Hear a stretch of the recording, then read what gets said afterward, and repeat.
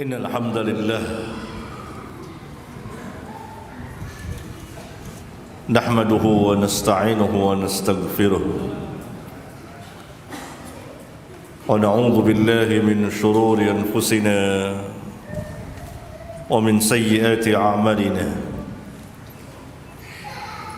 من يهده الله فلا مضل له ومن يضلل فلا هادي له وأشهد أن لا إله إلا الله وحده لا شريك له وأشهد أن محمدًا عبده ورسوله يا أيها الذين آمنوا اتقوا الله حق تقاته ولا تموتن إلا وأنتم مسلمون يا أيها الناس اتقوا ربكم الذي خلقكم من نفس واحدة وخلق منها زوجها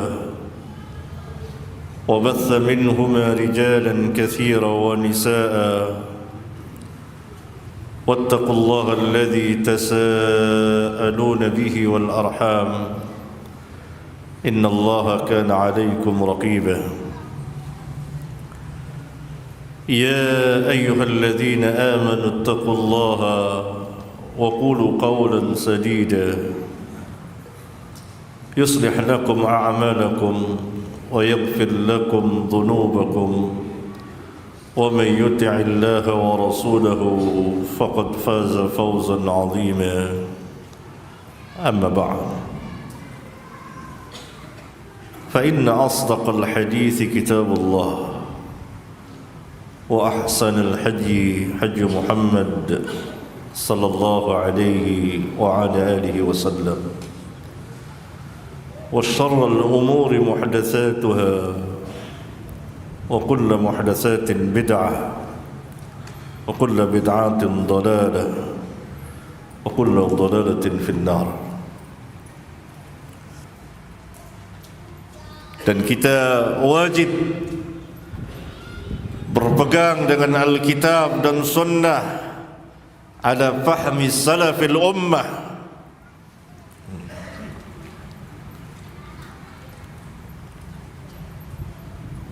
yang pada zaman ini, pada hari-hari ini dan hari-hari sebelumnya,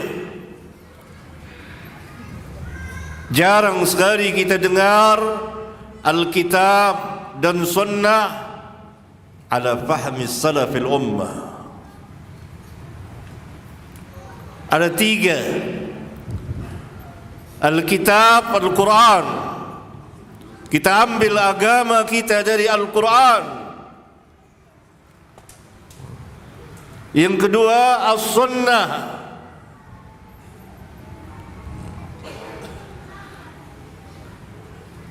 Kita ambil agama kita dari As-Sunnah, Sunnah Rasulullah alaihi salatu wassalam.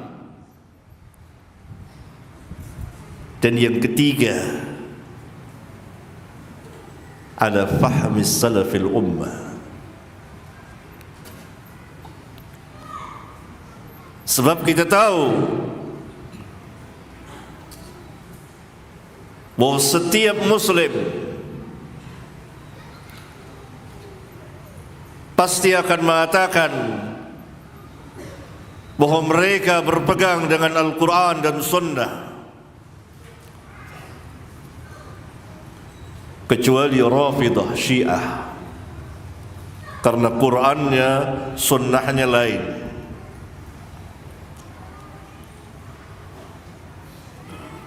Al-Quran dan Sunnah hak, benar adanya. Al-haqqu min rabbika fala takunanna minal mumtarin.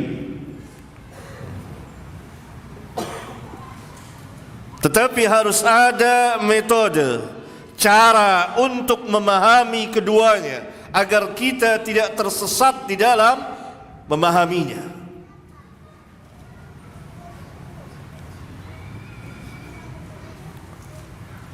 Sebab kesesatan yang ada di dalam Islam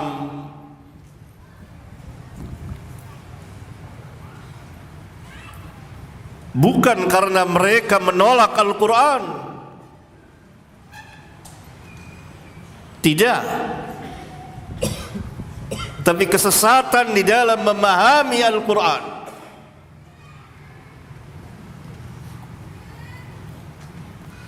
Kesesatan di dalam memahami Al-Quran secara umum, kesesatan di dalam memahami Islam itu sendiri. Mereka tafsirkan, mereka menerjemahkannya sesuai dengan hawa dan kemauan mereka.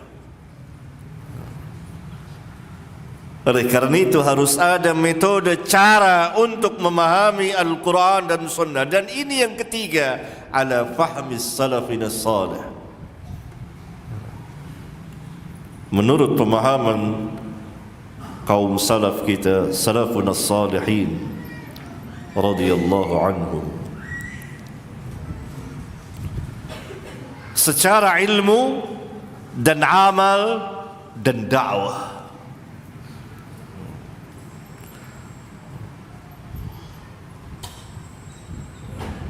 Yang ketiga itu ala fahmi salafil ummah.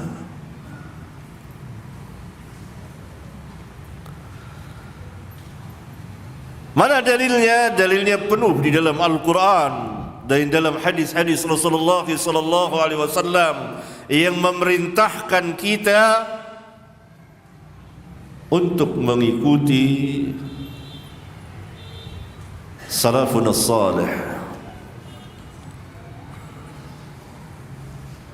Ketuanya kaum salaf, para sahabat radhiyallahu anhum.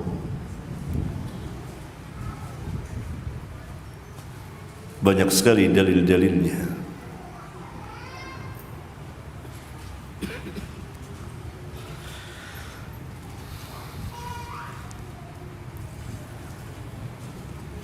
Di kitab kecil yang memuat 40 hadis ini, pada halaman 94,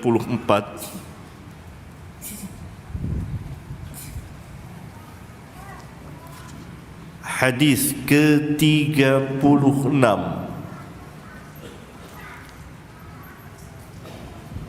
dengan judul kebenaran manhaj salaf, bahwa manhaj salaf itu hakun, benar adanya. Cara beragama yang benar adalah yang dijalani oleh kaum salaf.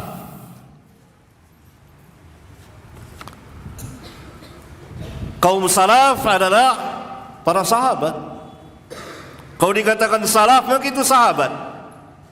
Sahabat-sahabat Rasulullah SAW dan orang-orang yang mengikuti mereka dari tabi'in dan tabi'ut tabi'in. Ini yang kita kenal dengan nama salafus salih.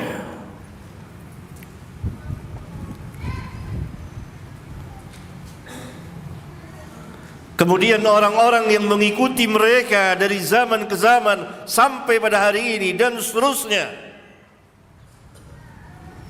dinamakan salafiyun.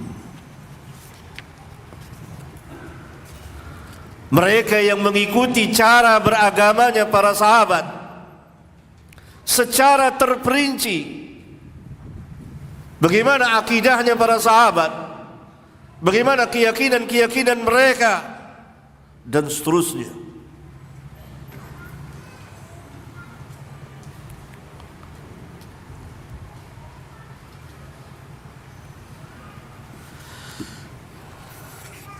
Ada sebuah hadis yang saya bawakan, sebuah hadis yang dikeluarkan oleh Bukhari dan Muslim. An Abi Hurairah radhiyallahu anhu an Rasulillah sallallahu alaihi wasallam qala.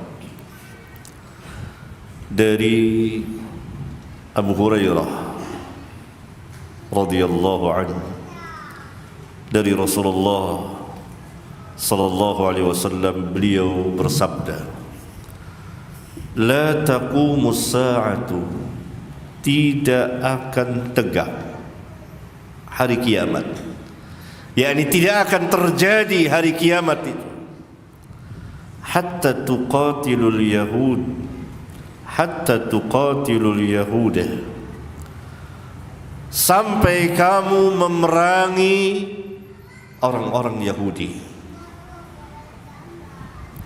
hatta yaqul al-hajar wara'ahu al-yahudi ya muslim hadha yahudiyyun wara'i faqtulhu.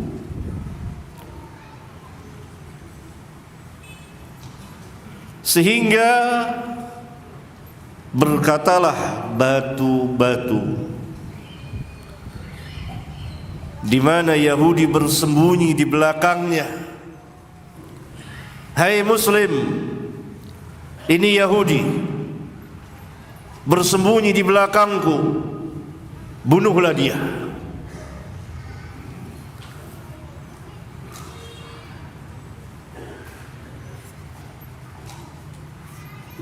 Akan terjadi nanti,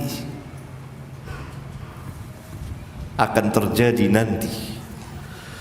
Tetapi yang sangat menarik perhatian kita,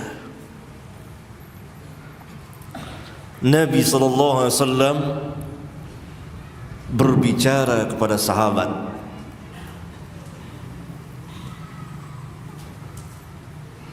sungguh kamu akan memerangi orang-orang Yahudi. Sahabat memerangi Yahudi tidak? Memerangi, sahih. Dalam perang apa saja?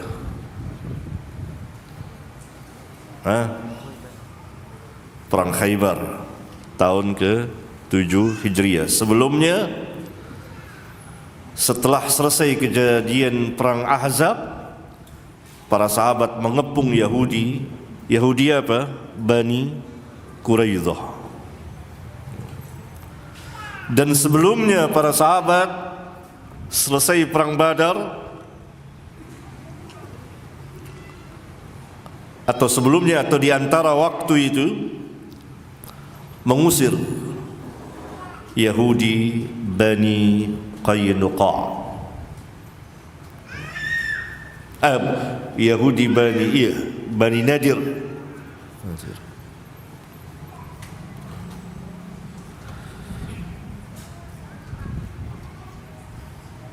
Terutama perang Khaybar.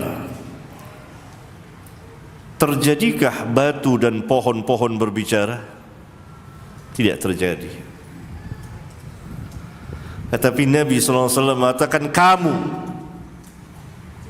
la taqumu sa'ah hatta tuqatilul yahud, tidak akan terjadi hari kiamat sampai kamu memerangi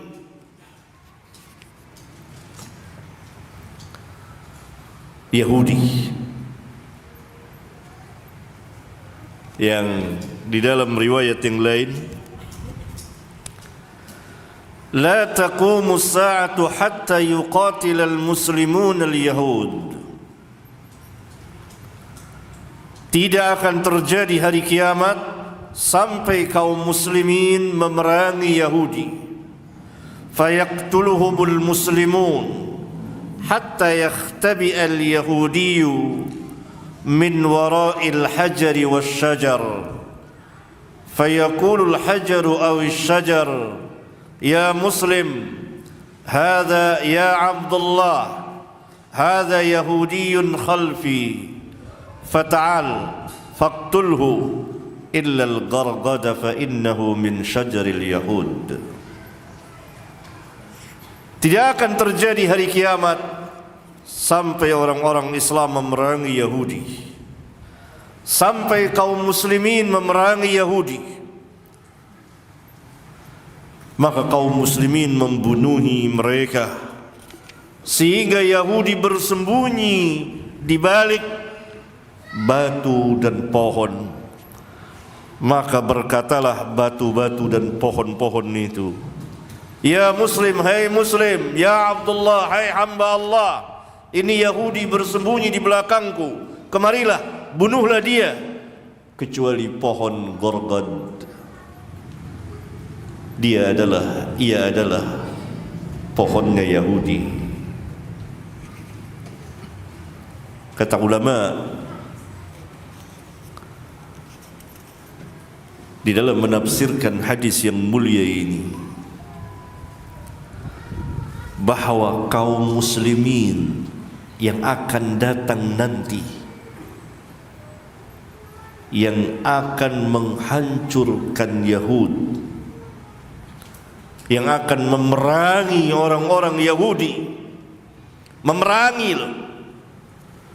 Kalau sekarang orang-orang Yahudi membunuhi kaum muslimin, merampas negeri mereka, menumpahkan darah mereka, merampas harta mereka, menghinakan mereka dan seterusnya. Tapi nanti kaum muslimin yang akan datang, dan ini termasuk salah satu tanda dari tanda-tanda hari kiamat, karena Nabi SAW mengatakan la taqumus sa'ah,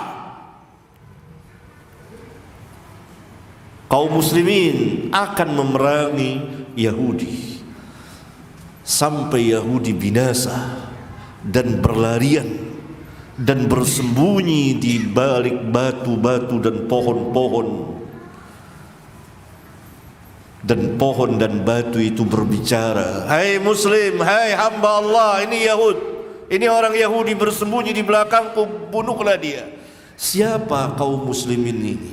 Kata ulama, kaum muslimin ini yang akan datang nanti agamanya sama dengan agamanya para sahabat. Lihat penjelasan mereka itu. Agama kaum muslimin nanti yang akan datang, yang memerangi orang-orang Yahudi, memporak-porandakan mereka sehingga mereka berlarian, agamanya sama dengan agama para sahabat.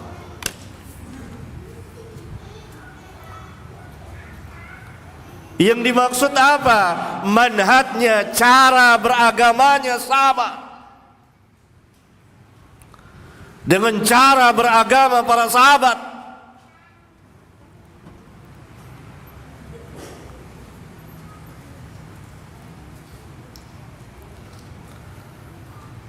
Hadis yang mulia ini, selain sebagai kabar dari Nabi yang mulia yang wajib kita imani,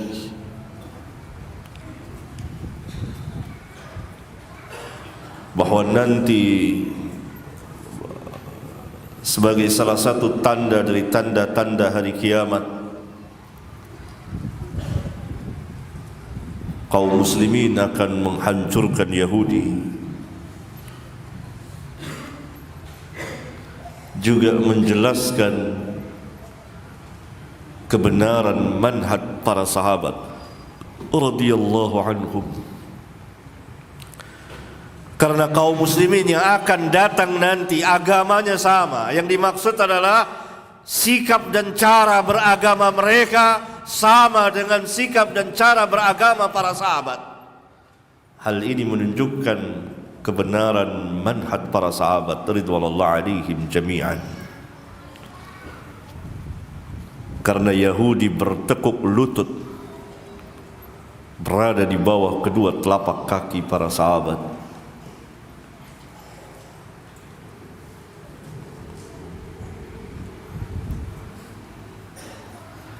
dan menjelaskan kebesaran keagungan manhaj salaf, dan dia merupakan kekuatan yang maha dahsyat bagi kaum muslimin, bahwa dia harus beragama dengan agama para sahabat, cara beragama para sahabat.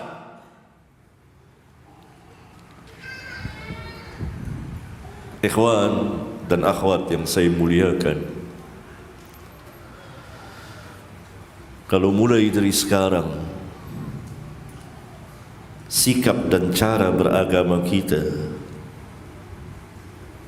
mengikuti sikap dan cara beragama para sahabat, dan kita ketahui dengan mempelajarinya dan terus mempelajarinya, tidak boleh hilang, tidak boleh berhenti, tidak boleh libur, terus kita leburkan, kita masukkan dan leburkan diri kita di dalamnya. Tentu martabat kita, derajat kita tidak sama sekali tidak sama dengan para sahabat ridwanullah alaihim jami'an. Tapi mengikuti cara beragama mereka wajib, kecuali kalau kita ingin membiarkan diri kita terombang-ambing di dalam kesesatan yang berkepanjangan, maka kekuatan yang sangat-sangat besar bagi kaum muslimin adalah mengikuti manhaj para sahabat.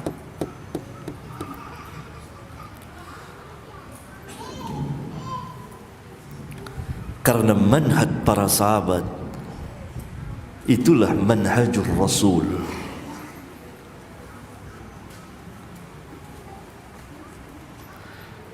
Karena manhaj para sahabat itulah manhaj Rasul. Karena mereka belajar dari Nabi mereka alaihi salatu wassalam,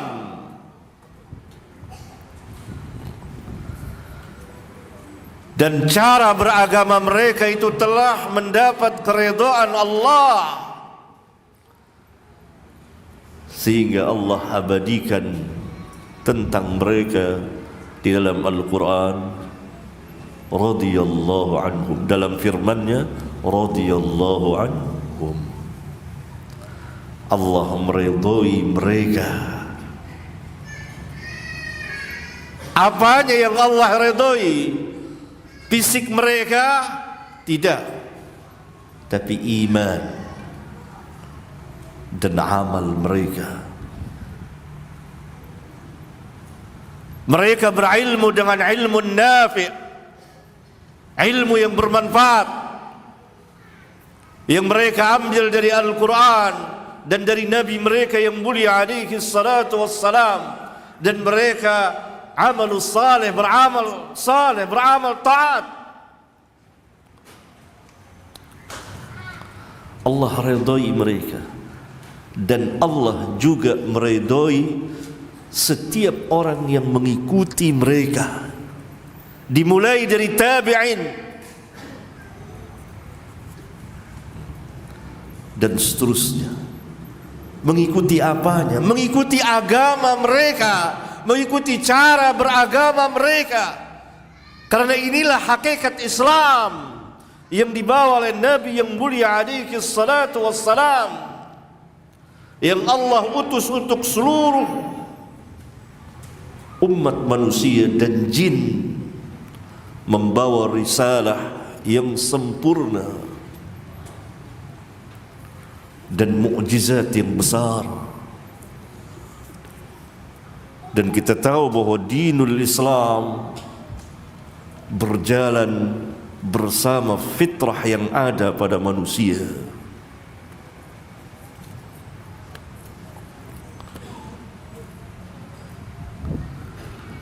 Oleh karena itu, apabila kita kaum muslimin bermanhaj dengan manhaj ini, dan ini merupakan kekuatan besar, maka tidak ada artinya ajaran-ajaran sesat itu.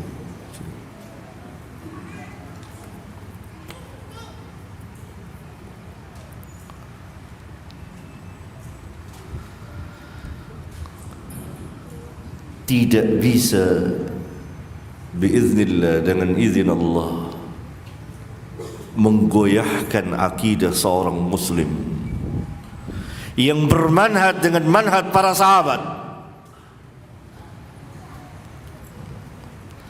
Karena para sahabat orang mulia, orang besar, yang disebut namanya di alam sana, di alam yang tinggi, dimuliakan oleh Rabbul Alamin, dan generasi terbaik sesudah generasi para nabi dan rasul.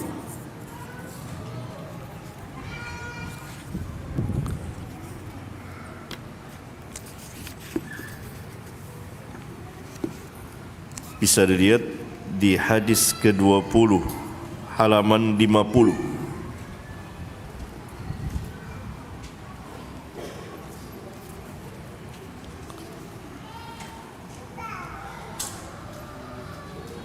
Dengan judul para sahabat adalah sebaik-baik manusia sesudah para nabi dan para rasul Allah alaihi wassalatu wassalam.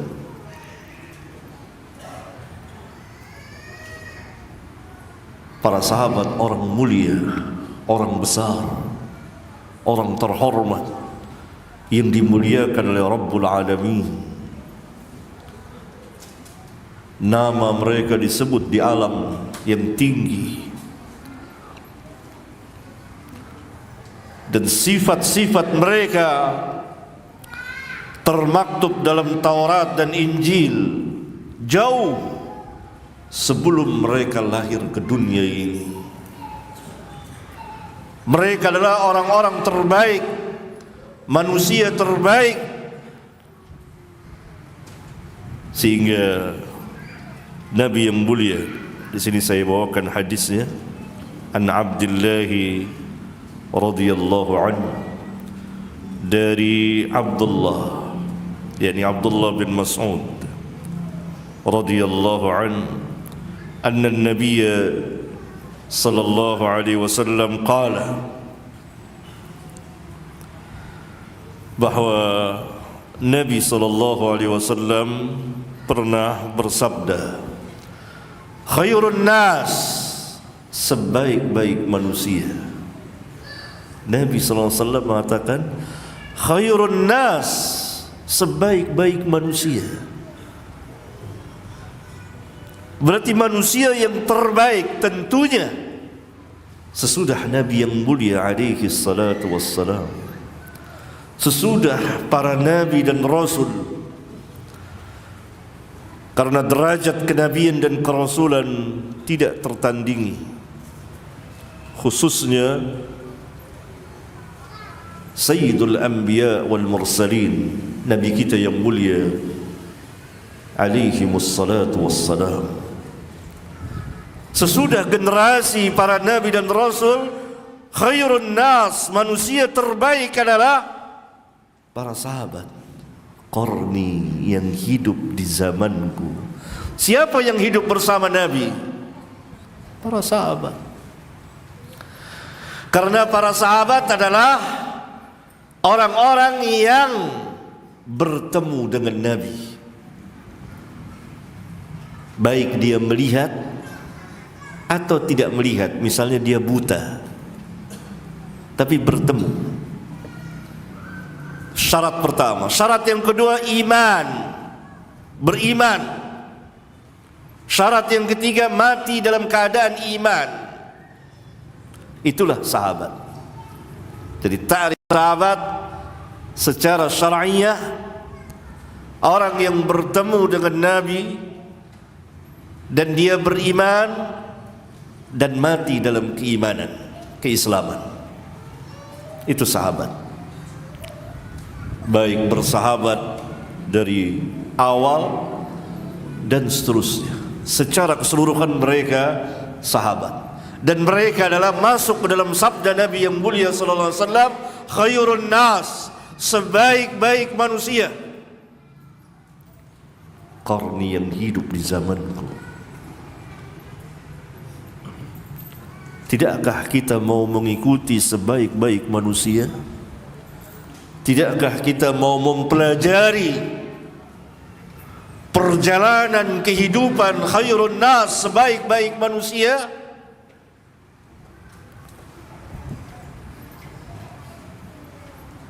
dalam riwayat yang lain atau hadis yang lain, Rasulullah SAW mengatakan khairu ummati, sebaik-baik umatku. Tapi lafaz khairun nas mencakup secara keseluruhan.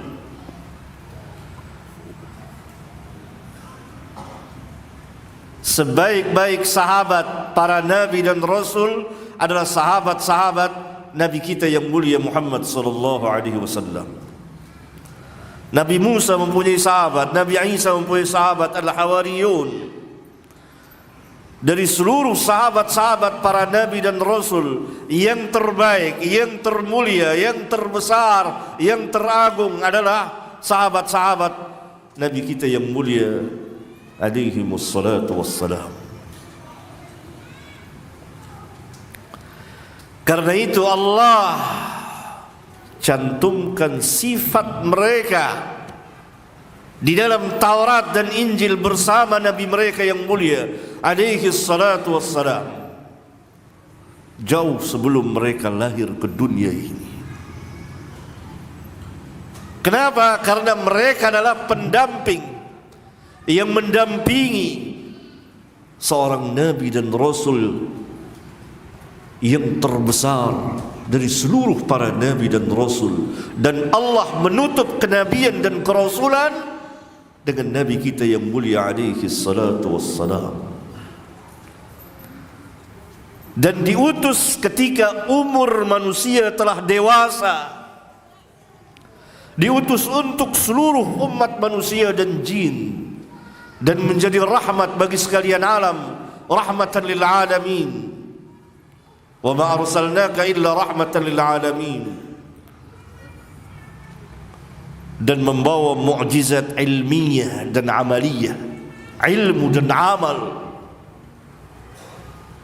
Kitab Allah Al-Quran, mukjizat ilmiah yang dapat disaksikan oleh orang yang hidup pada zaman turunnya wahyu dan yang sesudahnya terus sampai nanti Quran ini diangkat.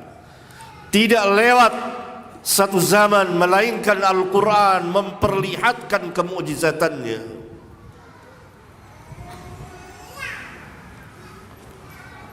Dan yang menyampaikan, menyambung lisan Nabi yang mulia, para sahabat ini. Khairun nas, sebaik-baik manusia, qarni, yang hidup di zamanku. Dari mereka inilah kita ambil agama kita. Bagaimana cara kita memahami agama dengan benar? Kita harus mempelajarinya. Kita harus kembali ke manhaj yang hak ini. Dan ini merupakan kekuatan yang maha dahsyat.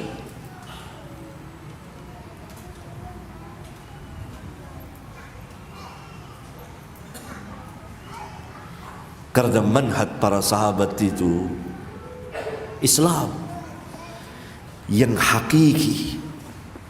Dan Islam itu, saya bawakan hadisnya di sini, al-Islamu ya'lu wa la yu'la. Islam itu tinggi dan tidak ada yang dapat mengatasi ketinggian Islam itu.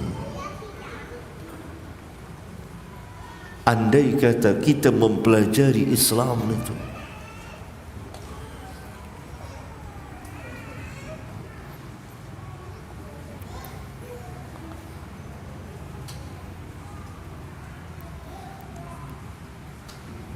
Nabi khairun nas qarni, yang hidup di zamanku, para sahabat. Para sahabat hidup bersama Nabi sampai akhir hayat beliau. Kemudian mereka menyampaikan risalah yang dibawa oleh Rasulullah SAW atas perintah beliau. Liyuballighi syahidu minkumul ghaib. Rasulullah SAW berpesan kepada para sahabat, hendaklah orang yang hadir menyampaikan kepada yang tidak hadir. Dalam hadis sahih riwayat Bukhari dan Muslim, dalam hadis yang lain yang dikeluarkan oleh Bukhari, beliau sallallahu alaihi wasallam bersabda, "Ballighu anni walau ayah." Sampaikan dariku meskipun seayat. Khitab itu, pembicaraan itu pertama kali Nabi yang mulia sallallahu alaihi wasallam tujukan kepada para sahabat.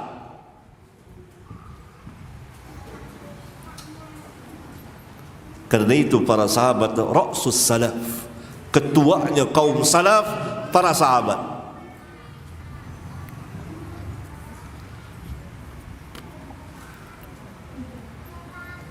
Thumma alladhina yalunahum, thumma alladhina yalunahum. Kemudian yang sesudah mereka tabi'in, kemudian yang sesudah mereka tabi'ut tabi'in.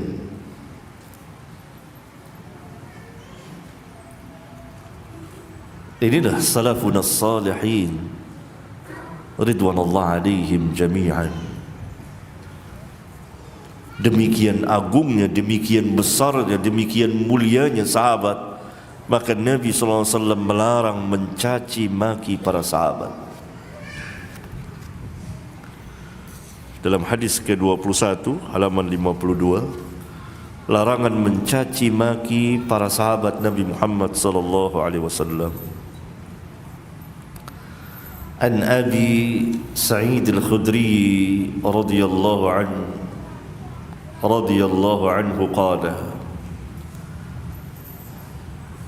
dari Abu Sa'id Al-Khudri radhiyallahu anhu, dia berkata, qala an-nabiy sallallahu alaihi wasallam, Nabi sallallahu alaihi wasallam pernah bersabda, la tasubbu ashabi, jangan kamu mencaci maki sahabat-sahabatku.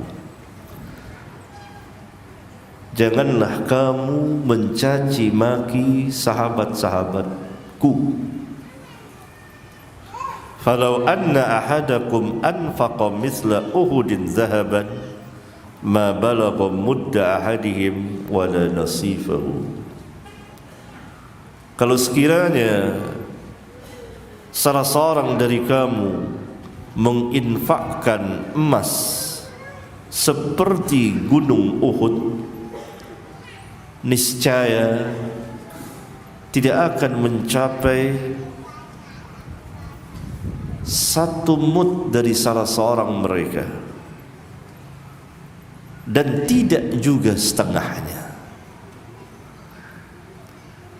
Alangkah besarnya para sahabat itu, sehingga kalau kita menginfakkan emas sebesar gunung Uhud, antum tahu besar sekali gunung Uhud itu, dan sampai hari ini tidak ada orang yang menginfakkan emas sebesar itu, bahkan tidak punya emas sebesar itu, sebanyak itu.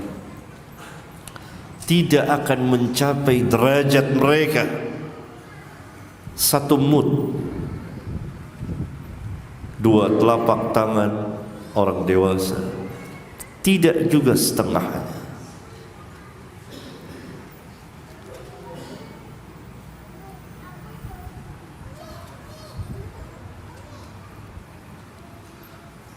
Oleh kerana itu, ikhwan dan akhwat yang saya muliakan, tidak seorang pun juga yang mencaci maki para sahabat, apalagi sampai mengkafirkan mereka, melainkan Allah hinakan mereka pasti.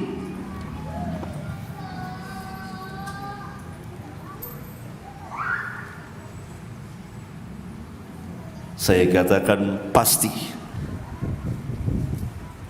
karena Rabbul Alamin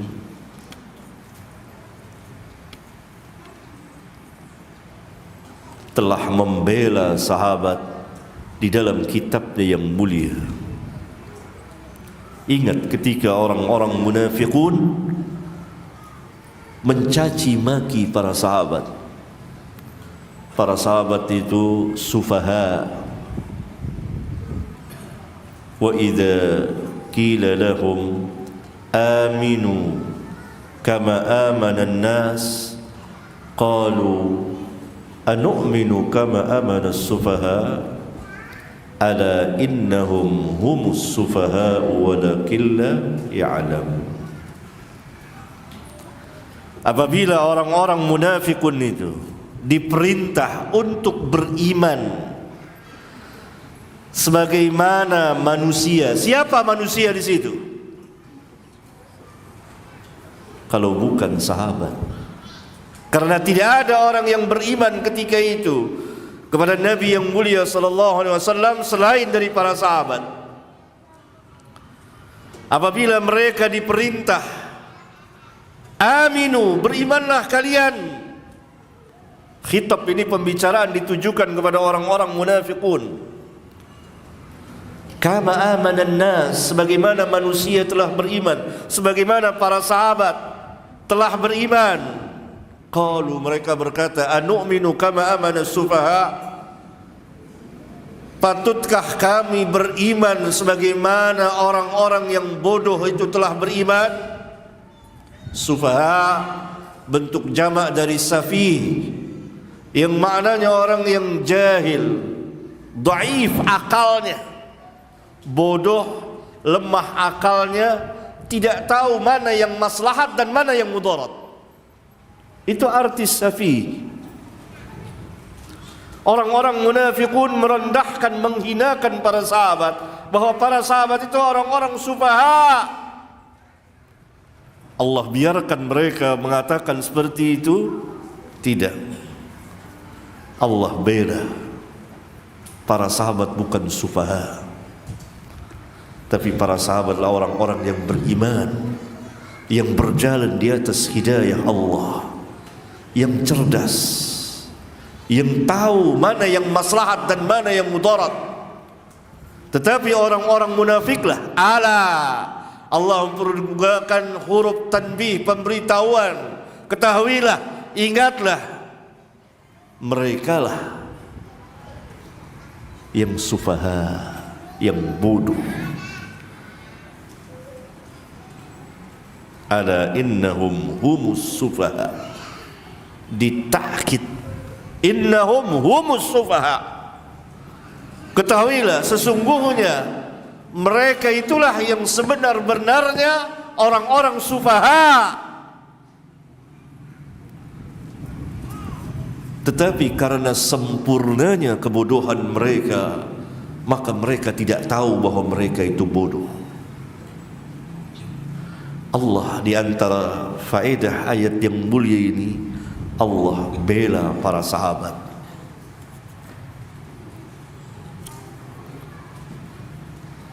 Karena para sahabat bukan orang-orang yang sufaha. Mungkinkah Nabi yang mulia alaihi salatu wassalam didampingi oleh orang-orang sufaha? Tentu tidak.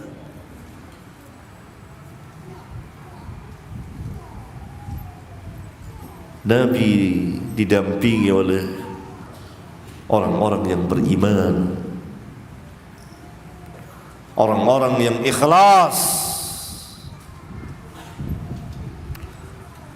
Karena itu Nabi SAW katakan, la tasubbu ashabi, jangan kamu mencaci maki para sahabatku.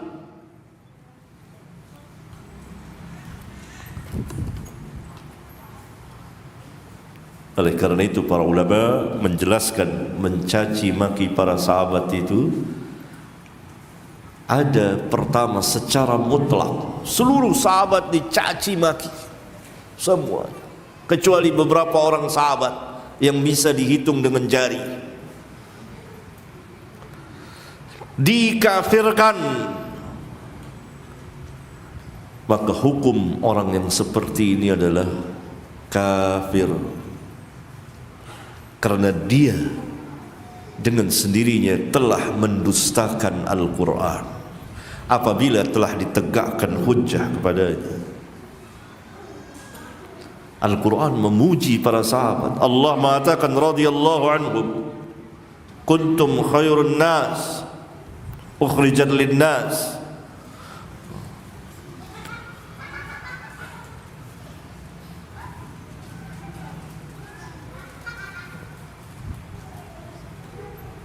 Kemudian ayat yang tadi, kemudian ayat-ayat yang lain yang menjelaskan pujian Allah kepada para sahabat.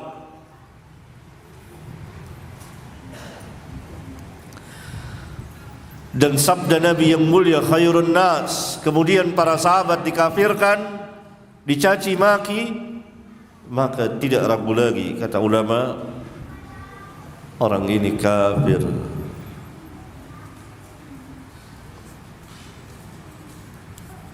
Karena apabila para sahabat semuanya, yakni sebagian besarnya telah dikafirkan, dimurtadkan dari Islam, maka berarti Nabi yang mulia dakwanya sia-sia. Nabi yang mulia sallallahu alaihi wasallam tidak berhasil mendakwakan manusia yang berada di sekelilingnya. Nabi yang mulia sallallahu alaihi wasallam dikelilingi oleh orang-orang munafikin, dan ini adalah penghinaan besar-besaran terhadap Nabi yang mulia alaihi salatu wassalam.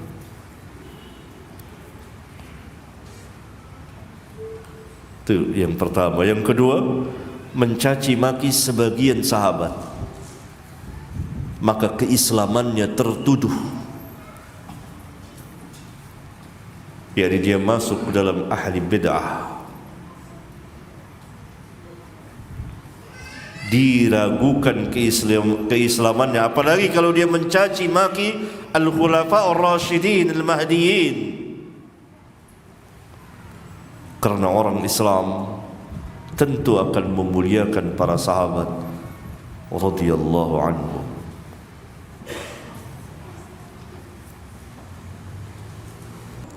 Mudah-mudahan ada manfaatnya bagi kita sekalian. Subhanakallahumma wa bihamdika asyhadu an la ilaha illa anta astaghfiruka wa atubu ilaik. Assalamualaikum warahmatullahi wabarakatuh.